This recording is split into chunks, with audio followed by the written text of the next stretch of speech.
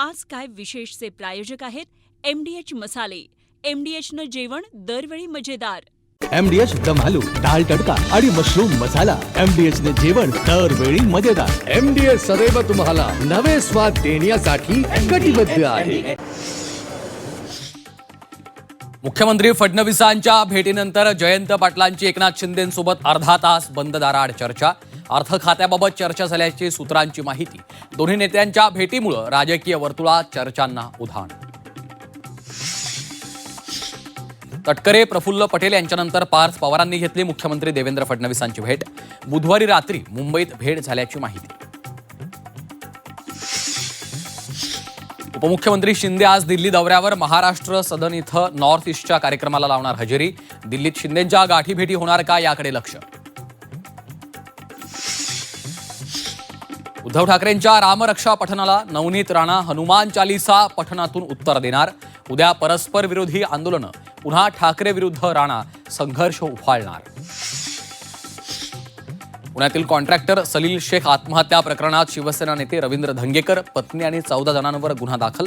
तर व्यवहाराशी संबंध नाही, धंगेकरांनी आरोप फेटाळले. रविवारी उद्धव ठाकरे आणि राज ठाकरे एकाच मंचावर. सोनम वांगचुक यांच्या आंदोलनाला देणार पाठिंबा. शिवाजी पार्कवर ठाकरेंचे शिवसैनिक आणि मनसैनिक उपस्थित राहणार. लाडक्या बहिणींची मोफत साडी योजना बंद. आर्थिक चणचणीमुळे वस्त्रोद्योग विभागाचा निर्णय. 25 लाख गरीब कुटुंबातल्या महिलांना दिवाळीला दिली जात होती साडी. केतन अग्रवाल आणि सियाच्या साखरपुड्याचा व्हिडिओ व्हायरल. फेब्रुवारीत झाला होता दोघांचा साखरपुडा. सियावर केतनच्या हत्येचा कट रचल्याचा आरोप. राज्यात आजपासून 3 दिवस वादळी वाऱ्यासह पावसाचा अंदाज. विदर्भासह मराठवाड्यातल्या काही जिल्ह्यांना येलो अलर्ट. तर 22 जुलैपासून राज्यात सर्वदूर पाऊस बरसण्याची शक्यता. देशातल्या पहिल्या हायड्रोजन रेल्वेचं आज लोकार्पण. पंतप्रधान मोदी दाखवणार हिरवा झेंडा. हरियाणातील जींद ते सोनीपत मार्गावर धावणार नवी गाडी. हायड्रोजन तंत्रज्ञानामुळे रेल्वेचं भविष्य बदलणार. नीट फेरपरीक्षेचा निकाल जाहीर. 11,21,000 विद्यार्थी पास. 3 मेच्या पेपरफुटीनंतर 20 लाख विद्यार्थ्यांनी दिली होती फेरपरीक्षा. ज्ञानोबा तुकारामच्या जयघोषात माऊलींची पालखी तरडगावहून फलटणकडे मार्गस्थ. तर बेलवडीत रंगला तुकोबांच्या पालखीचा रिंगण सोहळा. जो रूटच्या नाबाद 99 धावांच्या खेळीनं इंग्लंडकडनं भारताचा 4 विकेट राखत पराभव. एकदिवसीय मालिकेत बरोबरी. आता रविवारी लॉर्ड्सवर होणाऱ्या सामन्यात मालिकेचा फैसला.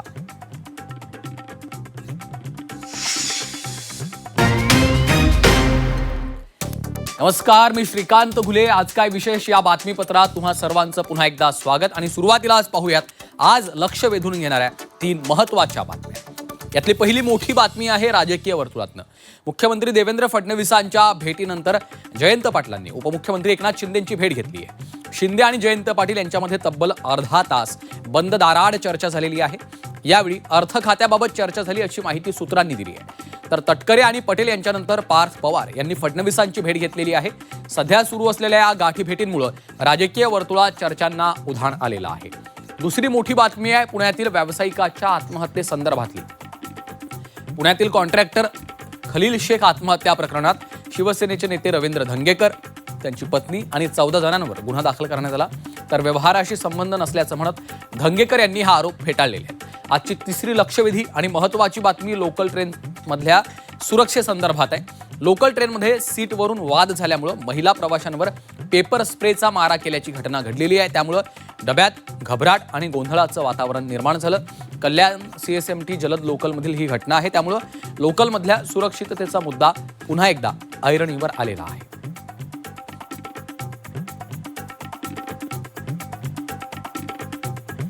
तर या 3ही महत्त्वाच्या बातम्यांसंदर्भात आमचे प्रतिनिधी आपल्यासोबत जोडले गेलेले आहेत. त्यांच्याकडनं आपल्याला याविषयी सविस्तर अपडेट घ्यायचे आहेत.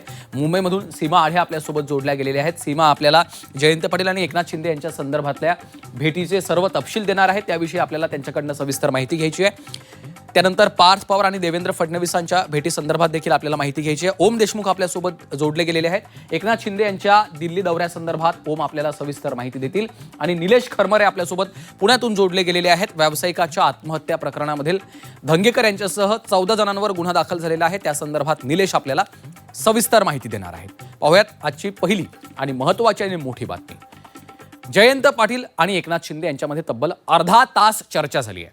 नंदनवन निवासस्थानी दोघांमध्ये चर्चा झाल्याची माहिती आहे. तर जितेंद्र आव्हाड देखील यावेळी उपस्थित होते अशी माहिती आहे. यावेळी वैयक्तिक कारणासाठी भेट घेतल्याचं शिंदेंनी सांगितलंय. जयंत पाटलांनी मुख्यमंत्री देवेंद्र फडणवीसांची भेट घेतल्याच्या नंतर राष्ट्रवादीच्या विलिनीकरण आणि एनडीएला पाठिंबा देण्यासंदर्भात चर्चा झाली अशी सूत्रांची माहिती आहे. दरम्यान आता जयंत पाटलांनी एकनाथ शिंदेंची देखील भेट घेतल्यामुळे वेगवेगळे तर्कवितर्क लढवले जात आहेत. पवारांनी राष्ट्रवादी एनडीएमध्ये सहभागी झाल्यास जयंत पाटील यांच्याकडे अर्थ खातं जाणार अशी देखील चर्चा सुरू झालेली आहे.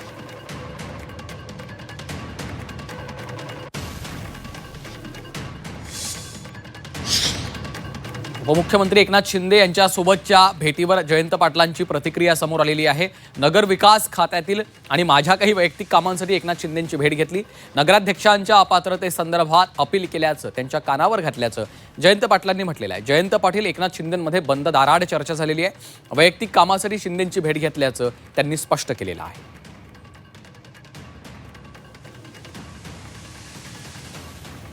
आणि याविषयी अधिकची माहिती घेऊयात. सीमा आढे आमच्या प्रतिनिधी आपल्यासोबत जोडल्या गेलेल्या आहेत. सीमा, आपण पाहतोय की गेल्या काही दिवसांपासूनच्या ज्या घटना घडत आहेत त्याचा जर आपण एक क्रम बघितला तर काहीतरी राजकीय घडामोडी घडतायत असा एक अंदाज बांधता येऊ शकतो.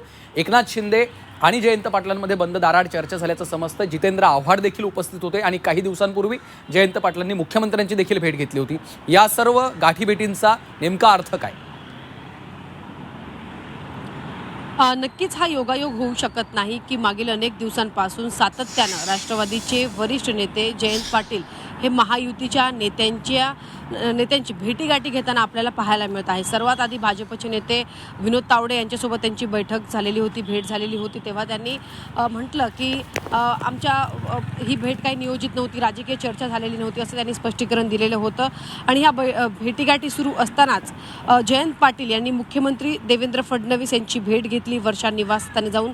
आणि त्या ठिकाणी सुनील तटकरे आणि प्रफुल्ल पटेल देखील उपस्थित होते. मात्र माझ्या मतदारसंघातल्या आणि माझ्या वैयक्तिक कामांसाठी मुख्यमंत्र्यांची भेट घेत असल्याचं त्यांनी सांगितलेलं होतं. आणि या भेटीची चर्चा सुरू असतानाच या चर्चांना उधाण आलेलं असताना काल जितेंद्र आव्हाड आणि जयंत पाटील यांनी उपमुख्यमंत्री एकनाथ शिंदे यांची भेट घेतली. आणि कारण त्यांनी तसं सांगितलं की नगराध्यक्षांच्या अपात्रतेसंदर्भात आम्ही अपील केलेली आहे आणि या संदर्भातच एकनाथ शिंदे यांना माहिती देण्यासाठी आम्ही या ठिकाणी आलेलो होतो. मात्र जी इनसाईड स्टोरी आहे, जी चर्चा जी कानावर येते, जे नेते ऑफ रेकॉर्ड बोलत असतात त्यांच्यानुसार जी भेट देवेंद्र फडणवीस यांच्यासोबत झालेली होती त्या भेटीमध्ये डिलिमिटेशन संदर्भात डिलिमिटेशन बिलला शरद पवार गट हे पाठिंबा देणार आहे आणि त्या संदर्भात जयंत पाटील यांच्यासोबत चर्चा झालेली होती. आणि त्यावेळी सुनील तटकरे आणि प्रफुल्ल पटेल देखील उपस्थित होते. त्याच विषयी कालच्या बैठकीत देखील चर्चा झाल्याचं सांगितलं जात आहे. आणि सोबतच मागील अनेक दिवसांपासून आपण जी चर्चा करतो आणि जी कानावरती येते त्यानुसार की राष्ट्रवादी संदर्भात दोन्ही राष्ट्रवादी एकत्र येण्यासंदर्भात सध्या पक्षांतर्गत मोठ्या प्रमाणात खलबतं सुरू आहेत. आणि शरद पवार गटातले जे खासदार आणि आमदार आहेत त्यांची जी भूमिका आहे ती जाणून घेतली जाते. त्यामुळे आता ज्या चर्चा पडद्यामागे घडत होत्या त्या आता अगदी आपल्याला समोर घडताना पाहायला मिळत आहे. उघडपणे आता जयंत पाटील असतील जे अतिशय महत्त्वाचे नेते आहेत त्यांच्यावरती संपूर्णपणे इतर नेत्यांशी चर्चा करण्याची नेहमी जबाबदारी निश्चितच. त्यामुळं खरं तर सीमा या सर्व बैठकांचा या गाठीभेटींचा नेमका अर्थ काय निघतो येत्या काही दिवसात हे स्पष्ट होईलच. अशाच आमच्यासोबत जोडून राहा. आणखी एक महत्त्वाची बातमी येते. दुसरीकडे पार्थ पवार यांनी देखील आता मुख्यमंत्री देवेंद्र फडणवीसांची भेट घेतलेली आहे. बुधवारी रात्री मुंबईतल्या निवासस्थानी ही भेट झाली. तटकरे आणि प्रफुल्ल पटेल यांच्यानंतर पार्थ पवार यांनी देखील आता मुख्यमंत्री देवेंद्र फडणवीसांची भेट घेतलेली आहे. राष्ट्रवादी काँग्रेसचे नेते आणि खासदार पार्थ पवार यांनी मुख्यमंत्री फडणवीसांची भेट घेतली. बुधवारी रात्री मुंबईतल्या वर्षा निवासस्थानी ही भेट झालेली आहे अशी माहिती आहे. सुनील तटकरे, प्रफुल्ल पटेल यांच्यानंतर तातडीनं पार्थ पवार यांनी मुख्यमंत्री देवेंद्र फडणवीसांची भेट घेतलेली आहे. पुन्हा एकदा जाऊयात, सीमा आढे आपल्या सोबत आहेत. सीमा, आपण बोलत होतो त्याच संदर्भात आता पार्थ पवार यांनी देखील मुख्यमंत्री देवेंद्र फडणवीसांची भेट घेतलेली आहे. काही दिवसांपूर्वी सुनील तटकरे आणि प्रफुल्ल पटेल हे एकत्रितरित्या मुख्यमंत्र्यांना भेटले होते आणि त्यानंतर आता पार्थ पवार भेटत आहेत. नक्कीच मंगळवारी रात्री सुनील तटकरे आणि प्रफुल्ल पटेल यांनी वरच्या निवासस्थानी जाऊन मुख्यमंत्री देवेंद्र फडणवीस यांची भेट घेतलेली होती. आणि जसं मी आता म्हणाले की त्या बैठकीमध्ये जयंत पाटील देखील उपस्थित होते. सगळ्यात महत्त्वाची गोष्ट म्हणजे सुनील तटकरे आणि प्रफुल्ल पटेल अशा प्रकारे मुख्यमंत्री देवेंद्र फडणवीस यांना भेटण्यासाठी जातात आणि ती अतिशय महत्त्वाची बैठक होती. या भेटीसंदर्भात या दोन्ही नेत्यांनी आपल्या पक्षाच्या राष्ट्रीय अध्यक्षा सुनेत्रा पवार किंवा मग पक्षाचे जे इतर नेते आहेत त्यांना कोणतीही कल्पना दिलेली नव्हती. जेव्हा माध्यमांमध्ये ही बातमी आली आणि या माध्यमांच्या माध्यमातून जेव्हा सुनेत्रा पवार, पार्थ पवार आणि इतर नेत्यांना जेव्हा कळालं तेव्हा पक्षामध्ये तेव्हा पक्षाच्या वरिष्ठांना कुठेतरी अंधारात ठेवल्याची भावना सुनेत्रा पवार आणि इतर नेत्यांमध्ये उपस्थित झाली. त्या भेटीनंतर हाय व्होल्टेज एक बैठक देवगिरी निवासस्थानी देखील झाली आणि ही बैठक झाल्यानंतर रात्री बुधवारी पार्थ पवार यांनी मुख्यमंत्र्यांची भेट घेतली आणि या भेटीमध्ये मुख्यमंत्र्यांनी जी भेट सुनील तटकरे यांनी घेतलेली होती त्या भेटीसंदर्भात, त्या भेटीदरम्यान काय नक्की चर्चा झालेली होती या संदर्भातली कल्पना पार्थ पवार यांना दिली. आणि यापुढे ज्या बैठका होतील, यापुढे ज्या भेटीगाठी होतील तुम्हाला लूपमध्ये ठेवलं जाईल असं आश्वासन देवेंद्र फडणवीस यांनी पार्थ पवार यांना दिलं. मात्र या भेटीगाठीमधून एक आपल्याला एक अर्थ आपण काढू शकतो की दोन्ही नेत्यांमध्ये म्हणजे प्रफुल्ल पटेल सुनील तटकरे विरुद्ध पार्थ पवार सुनेत्रा पवार असा जो एक वाद आपल्याला अनेक दिवसांपासून पाहायला मिळत होता त्यातच आता भर पडताना दिसते. देवेंद्र फडणवीस यांची भेट घेऊन सुनेत्रा पवार यांना न कळवणं ही गोष्ट फक्त सुनेत्रा पवार किंवा पार्थ पवार हे दोन्हीच नेते नाराज नाही तर पक्षाच्या इतर नेत्यांनी सुद्धा नाराजी व्यक्त केलेली होती. आणि तातडीने पार्थ पवार यांनी मुख्यमंत्र्यांची जाऊन भेट घेतली आणि नक्की काय चर्चा झाली आणि कशा संदर्भात दोन्ही नेते आलेले होते या संदर्भातली माहिती घेण्याचा प्रयत्न केला. आता अशा पद्धतीने विसंवाद आणि पक्षामध्ये एकमेकांना सांगितलं जात नाहीये. भेटीगाठी इतक्या महत्त्वाच्या होतात. निश्चितच खरं तर सीमा, आपण पाहतो ह्या ज्या गेल्या काही दिवसांपासून गाठीभेटींचं सत्र वाढलेलं आहे त्यामुळं या भेटीचा देखील संदर्भ पुढच्या राजकीय घडामोडींमध्ये कशा पद्धतीनं आपल्याला लागतो हे पाहायचं आहे. धन्यवाद सीमा या सविस्तर माहितीसाठी. पाहूयात पुढची बातमी. उपमुख्यमंत्री एकनाथ शिंदे आज दिल्लीच्या दौऱ्यावर आहेत. दिल्लीमधील महाराष्ट्र सदन इथं नॉर्थ ईस्टच्या कार्यक्रमासाठी एकनाथ शिंदे उपस्थित राहणार आहेत. एनडीएतल्या घटक पक्षांच्या बैठकीला देखील एकनाथ शिंदे हजर राहणार आहेत असं समजतं. या बैठकीला राज्यातील तिन्ही प्रमुख नेते उपस्थित राहतील. दिल्लीत शिंदेंच्या गाठीभेटी होणार का याकडे लक्ष लागलेलं आहे.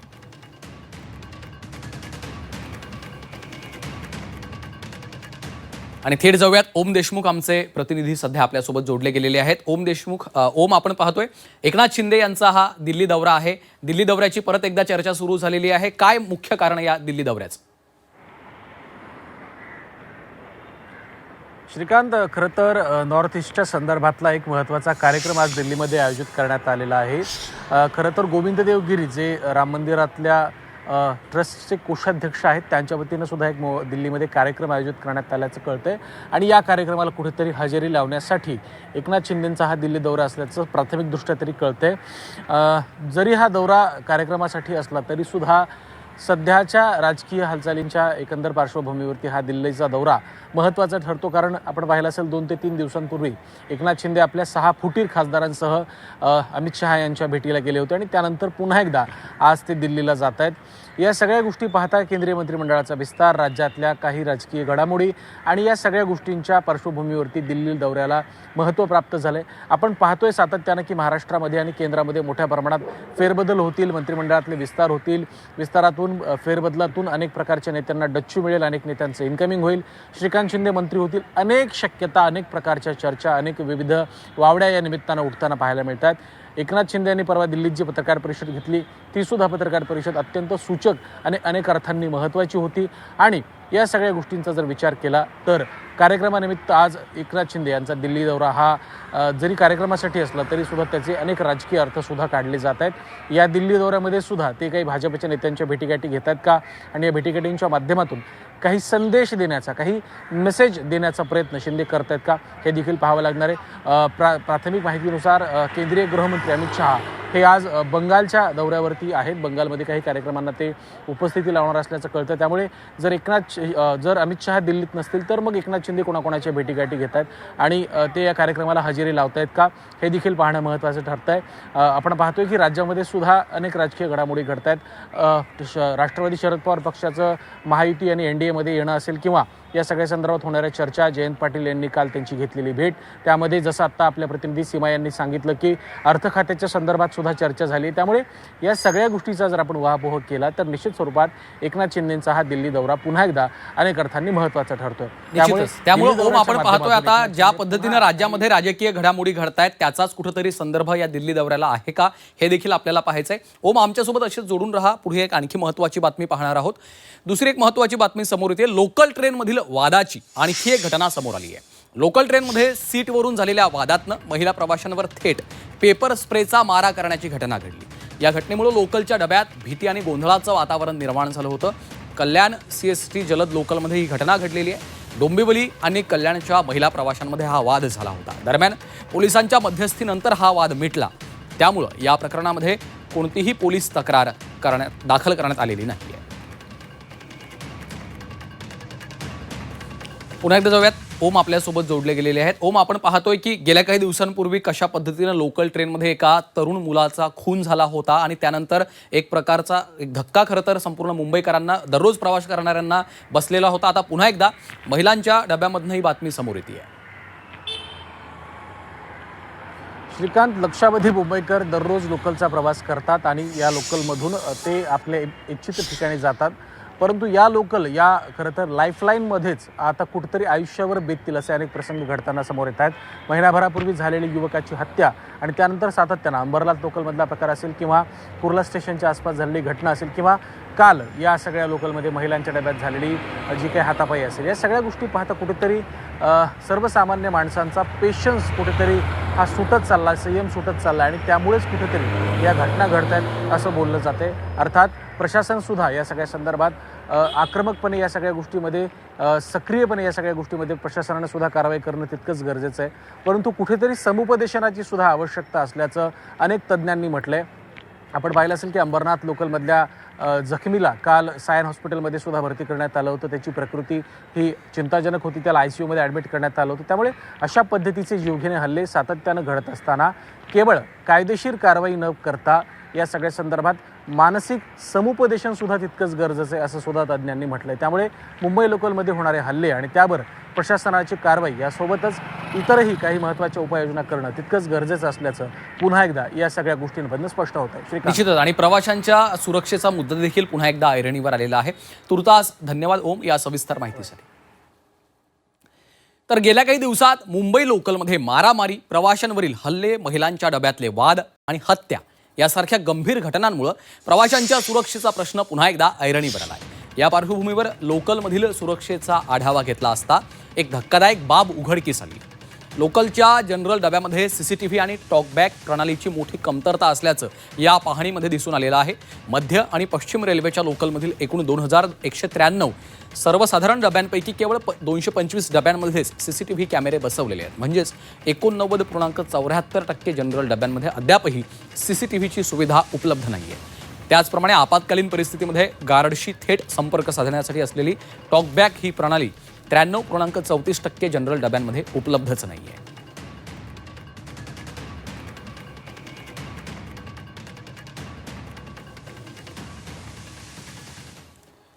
पाहूयात पुढची बातमी. संजय राऊतांनी सरसंघचालक मोहन भागवतांना पत्र लिहिलेलं आहे. रामरक्षा आंदोलनामध्ये सहभागी व्हा असं आवाहन देखील त्यांनी केलेलं आहे. 18 जुलै रोजी नागपुरात होणाऱ्या रामरक्षा आंदोलनामध्ये सहभागी होण्याचं आवाहन केलं. अयोध्येतील चोरी प्रकरणानं हिंदूंच्या श्रद्धेला आणि विश्वासाला तडा गेलाय. हिंदू समाजाला पुन्हा एकदा ऊर्जा देणं गरजेचं आहे.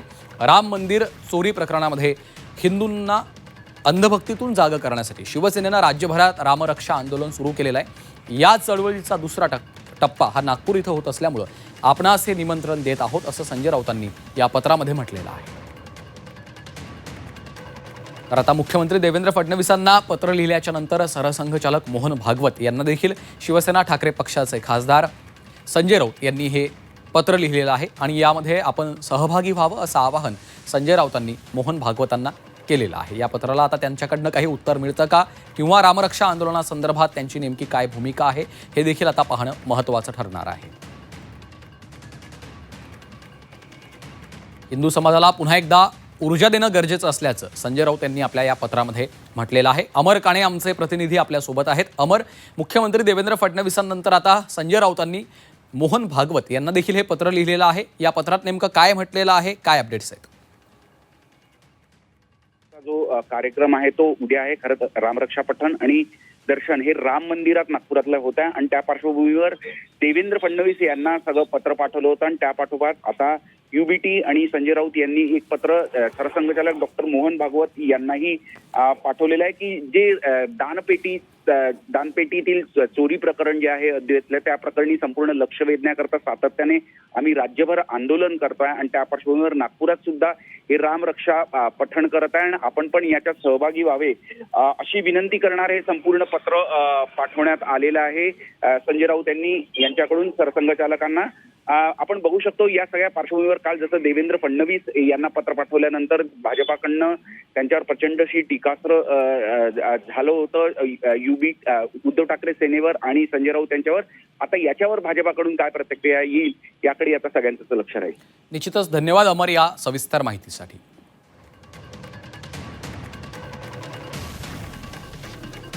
तर ठाकरेंच्या रामरक्षा आंदोलनाला नवनीत राणा यांनी आव्हान दिलंय. अमरावतीमध्ये हनुमान गढीवर जाऊन नवनीत राणा हनुमान चालिसेचं पठण करणार आहेत. विदर्भात ठाकरे विरुद्ध राणा हा धार्मिक संघर्ष पुन्हा एकदा उफाळण्याची शक्यता आहे. ठाकरेंच्या रामरक्षा आंदोलनाला नवनीत राणा यांनी आता आव्हान दिलेलं आहे. अमरावतीमध्ये हनुमान गढीवर जाऊन नवनीत राणा हनुमान चालिसेचं पठण करणार आहेत. विदर्भामध्ये ठाकरे विरुद्ध राणा हा धार्मिक संघर्ष उभा राहण्याची शक्यता वर्तवली जाते आहे.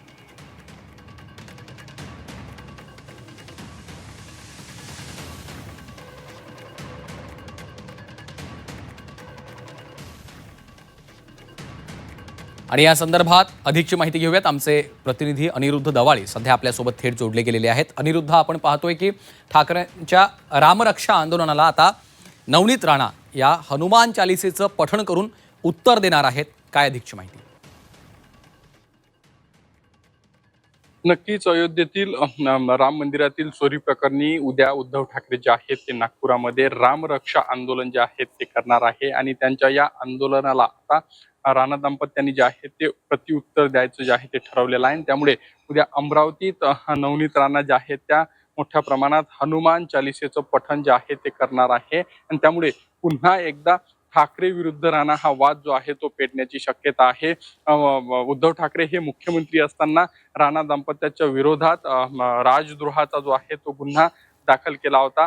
मातोश्री समोर हनुमान चालिसा पठण करण्याचा जो आहे तो राणा दाम्पत्याचा आग्रह होता आणि त्या विरोधात हा गुन्हा जो आहे तो दाखल झालेला होता.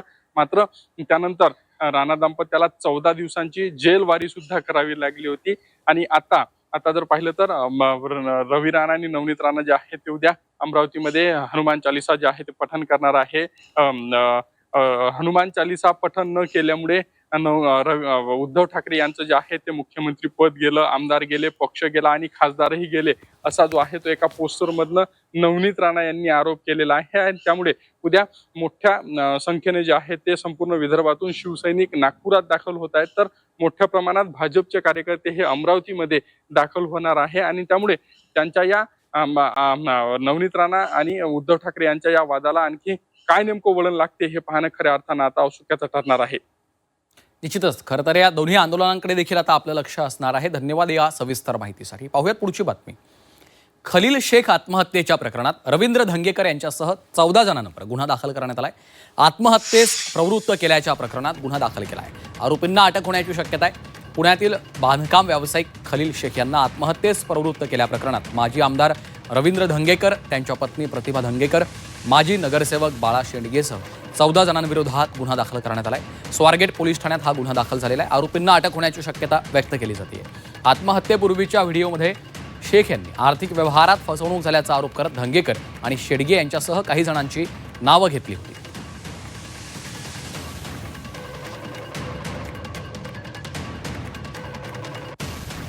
आणि या संदर्भात अधिकचे अपडेट्स घेऊयात. आमचे प्रतिनिधी निलेश खरमरे सध्या आपल्यासोबत थेट जोडले गेलेले आहेत. निलेश, हे संपूर्ण प्रकरण नेमकं काय आहे? आणि आपण पाहतोय की रवींद्र धंगेकर यांच्यासह आता 14 जणांवर गुन्हे दाखल झालेले आहेत.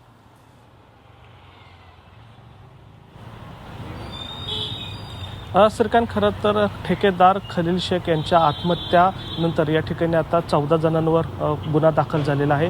त्याच्यामध्ये जर प्रामुख्याने बघितलं तर शिवसेनेचे नेते आणि माजी आमदार रवींद्र धंगेकर यांची पत्नी आणि इतर माजी नगरसेवक बाळासाहेब शेंडगे यांच्यासह 10 जणांवर या ठिकाणी गुन्हा दाखल झालेला आहे. खरं तर हे जर प्रकरण बघितलं तर अनेक ठिकाणी धंगेकर यांच्या पार्टनर आहेत 5. त्यांची अनेक ठिकाणी पुण्यामध्ये प्रोजेक्ट सुरू आहेत आणि विशेष करून एक वक्फ बोर्डाची जी जमीन आहे त्यांनी त्या ठिकाणी घेतली होती. मात्र ते जे बांधकाम आहे त्या बांधकामाला या ठिकाणी स्टे मिळाला आणि त्या दरम्यान जे ठेकेदार जो होते खलील शेख त्यांना कॉन्ट्रॅक्ट देण्यात आलं होतं. मात्र त्या कामाच्या बदल्यात त्यांना 50 लाख जे आहे ते देण्यात येणार होते, मात्र ते मिळाले नाही.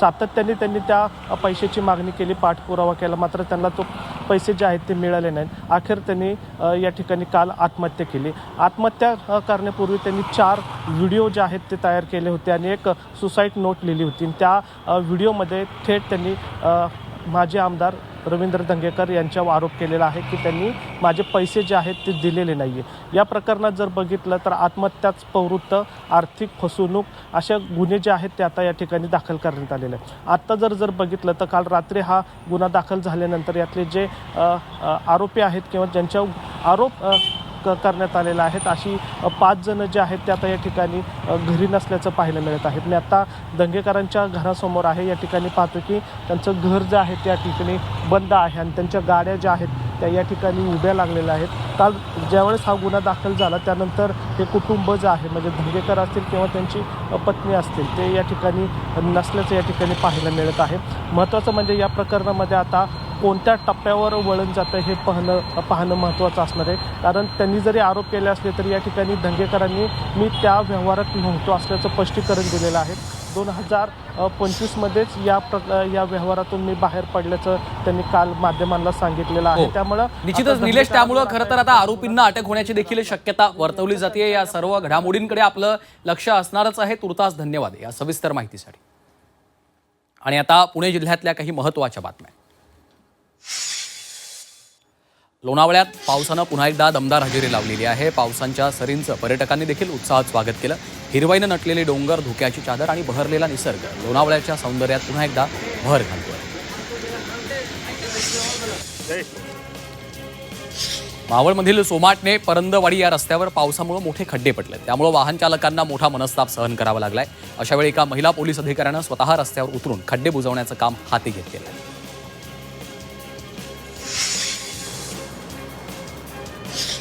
खडकवासल्यातून जिल्ह्यात ग्रामीण भागात पाणी सोडण्यासंदर्भात आज मंत्रालयात महत्त्वाची बैठक होती आहे. पालकमंत्री उपमुख्यमंत्री सुनेत्रा पवार यांची आणि जलसंपदा विभागाच्या अधिकाऱ्यांमध्ये ही बैठक होणार आहे. खडकवासला धरण 60% भरलं असलं तरी वरसगाव, पानशेत, टेमघर धरण आणखी भरलं नाहीये. त्यामुळे आवर्तन बंद करा अशी मागणी जोर धरू लागली आहे.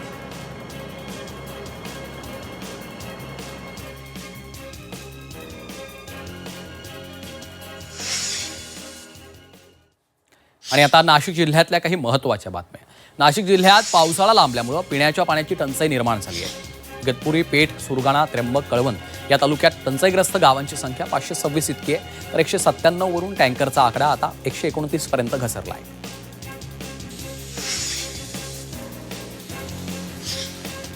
नाशिकमधल्या शेतकऱ्यांसाठी आनंदाची बातमी. नाशिक कृषी उत्पन्न बाजार समितीचं अखेर विभाजन करण्यात आलं.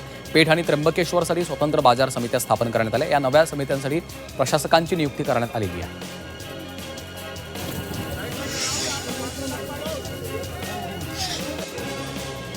नाफेडनं कांद्यांच्या दरात सलग 5 ते 6 वेळा वाढ केली आहे. असं असलं तरी नाफेडच्या कांदा खरेदीकडे शेतकरी पाठ फिरवत असल्याचं चित्र आहे. नाफेडकडनं सध्या कांद्याला प्रति क्विंटल 2125 रुपये इतका दर दिला जातोय.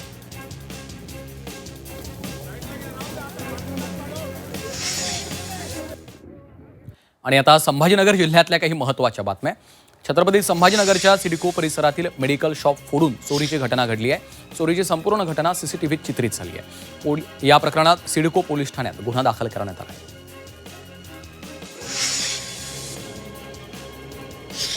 संभाजीनगरमधील बजाज नगर परिसरातील स्वामी समर्थ मंदिरात अज्ञात चोरट्यांनी चोरी करत 7 ते 8 लाखांचा मुद्देमाल लंपास केला. पुरावे नष्ट करण्यासाठी चोरट्यांनी मंदिरातील सीसीटीव्ही यंत्रणेचा DVR देखील सोबत नेलाय. या प्रकरणात वाळूज MIDC पोलीस पथकाकडनं तपास सुरू आहे. संभाजीनगरच्या रखडलेल्या पाणीपुरवठा योजनेच्या जनहित याचिकेवर मुंबई उच्च न्यायालयामध्ये सुनावणी पार पडली. पाणीपुरवठा योजनेबाबत महापौरांनी मुख्यमंत्र्यांकडे थेट तक्रार करणं उचित नाही, अशा शब्दात उच्च न्यायालयानं यावेळी आक्षेप घेतलेला आहे.